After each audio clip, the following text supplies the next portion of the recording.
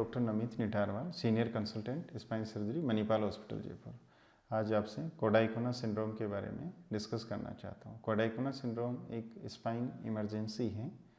जिसका कारण ये रहता है कि अपना रीढ़ की हड्डी में ये जो डिस्क होती है वो खिसक के नर्व्स जो निकल रही होती है स्पाइनल, उनको बहुत बुरी तरह से दबा देती है, तो जिनकी वजह से बाउल, ब्लैडर और सेक्सुअल फंक्शन अल्टर हो जाते हैं। ये एक्यूट प्रेजेंटेशन भी हो सकता है और इसका कई बार क्रॉनिक प्रेजेंटेशन भी हो सकता है। पेशेंट ज़्यादातर केसेज में कंफ्यूज रहता है। कुछ पेशेंट्स के साथ में अगर प्रेजेंट करता है तो पेशेंट को पहले लंबे समय तक कमर में दर्द रहेगा या अचानक कमर में दर्द आएगा, कमर से चल के पैरों में दर्द जा सकता है, पैर शून्य हो सकते हैं। मेन मैनिफेस्टेशन जो आता है वो रहता है पेशाब के कंट्रोल में इश्यू आना या लेटरिन के कंट्रोल में इश्यू आना। पेशाब में जो इश्यू आता है वो मेनली पेशेंट समझ नहीं पाता कि मेरे साथ हो क्या रहा है। पेशाब का बार बार आना हो सकता है या पेशाब करने के लिए उसको बहुत ज़्यादा प्रेशर लगाना पड़ सकता है, या यूरिनरी रिटेंशन हो जाता है कि पेशेंट को यूरिन आ ही नहीं रहा है, फिर उसको कैथेटराइज करके ब्लैडर को खाली करना पड़ता है, या यूरिनरी इनकंटिन्यूस जिसमें पेशेंट्स को कंट्रोल नहीं रहता है, पेशेंट को यूरिन कंटिन्यूस ड्रिप होता रहता है, कंटिन्यूस आता रहता है, या यूरिनरी हेजिटेंसी, पेशेंट को यूरिन करने जाता है तो उसको पहले जितना जोर लगाना पड़ता था उससे बहुत ज़्यादा उसको जोर लगाना पड़ता है, फिर भी वो कम्प्लीटली ब्लैडर को एवल्यूट नहीं कर पाता, या कॉन्स्टिपेशन या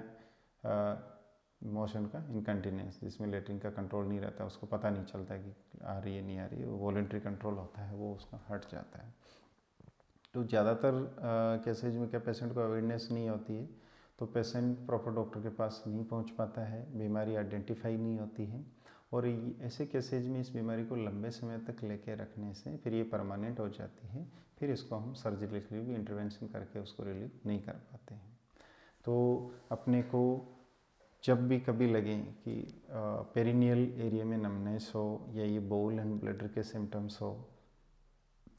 इनके साथ में कमर दर्द या पैरों का दर्द या पैरों में सुनापन हो भी सकता है और नहीं भी हो सकता है, तो ऐसे केसेस को इमीडिएटली डॉक्टर को दिखाना चाहिए।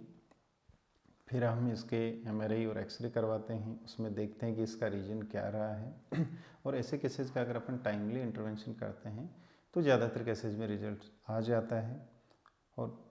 बहुत ज़्यादा लंबा समय दे देते हैं तो इनमें फिर रिजल्ट नहीं आता है, फिर ये डिजीज़ परमानेंटली भी हो जाती है। तो ये हमारी को प्रैक्टिस में देखा गया है कि कोडाइकोना सिंड्रोम बहुत कॉमन है, स्पेशली यंग एज में,